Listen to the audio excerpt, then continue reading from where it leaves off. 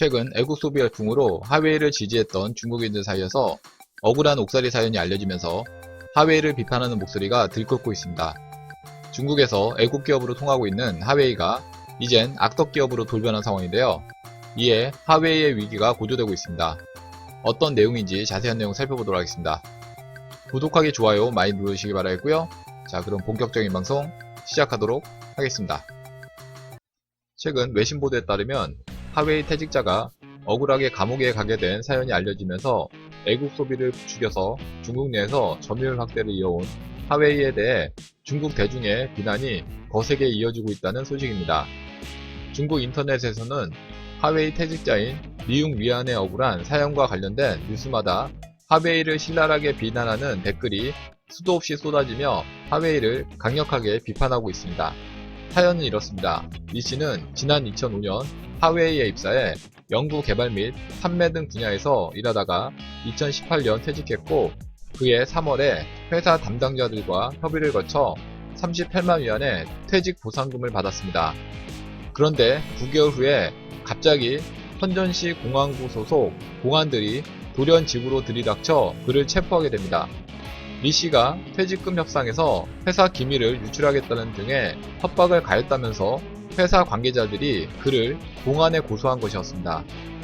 공안은 처음에는 기밀 침해 혐의로 조사했지만 혐의 입증이 어려워지자 사기 및 공갈죄로 제목을 바꿔 장기간 구속수사를 이어갔습니다. 리 씨의 억울함은 검찰 수사 단계에서 리 씨가 퇴직금 협상 과정에서 녹음해둔 음성 파일을 찾게 되면서 밝혀지게 된 것입니다. 녹음 파일에는 리 씨와 인사 관계자들이 원만한 분위기 속에서 협상이 진행된 정황이 담겨져 있었습니다.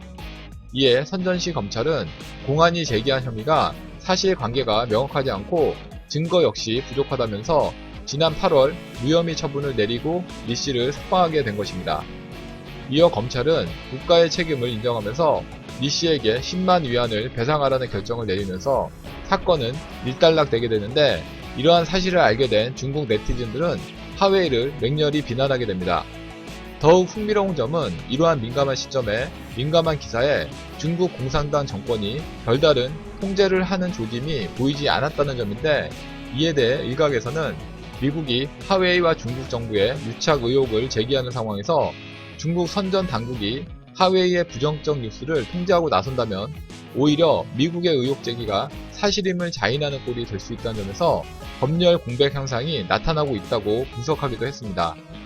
리웅 위안 사건을 계기로 쩡멍이라는 전 하웨이 직원 역시 퇴직 보상금을 받는 과정에서 하웨이 측에 고소를 당해 90일간 옥살이를 했다는 주장도 제기되었고, 이에 수사기관을 활용해 퇴직 보상금을 넉넉히 받아가는 직원을 압박하는 것이 하웨이의 노무 전략이 아니냐는 의문이 커지고 있는 상황입니다.